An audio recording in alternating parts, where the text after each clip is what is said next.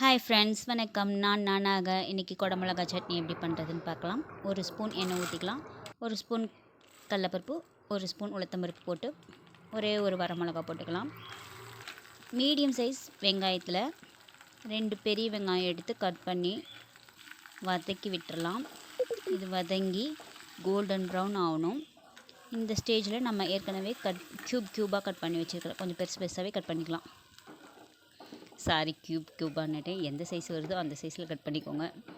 நல்லா பெருசு பெருசாகவே கட் பண்ணிக்கிட்டோம், சீக்கிரம் வதங்கிடும். அதனால் இந்த ஸ்டேஜில் குடமிளகாயும் போட்டு நல்லா வதக்கிக்கலாம். இதுவும் நல்லா வதங்கி வந்துடும், அந்த வாசம் வரும், அதே மாதிரி கலரும் மாறும். இந்த ஸ்டேஜில் லைட்டாக உப்பும் ஒரே ஒரு துண்டு புளியும் போட்டுக்கலாம். அதுக்கப்புறம் அடுப்பை ஆஃப் பண்ணிவிட்டு அந்த சூட்டோடையே ஒரு 3 பத்தை தேங்காயும் குட்டி குட்டியாக கட் பண்ணி போட்டுக்கலாம். இதை மிக்ஸி ஜாரில் மாற்றி அரைச்சி எடுத்துகிட்டு வந்துட்டோம்னா நம்ம குடமிளகாய் சட்னி ரெடி. இது தோசைக்கு, இட்லிக்கு, சாப்பாட்டுக்கு கூட செம்ம டேஸ்ட்டாக இருக்குங்க. இதுக்கு ஒரு ஸ்பூன் எண்ணெய் ஊற்றி கடுகு கருவேப்பிலை போட்டு தாளித்தோம்னா அல்டிமேட்டான குடமிளகாய் சட்னி ரெடி.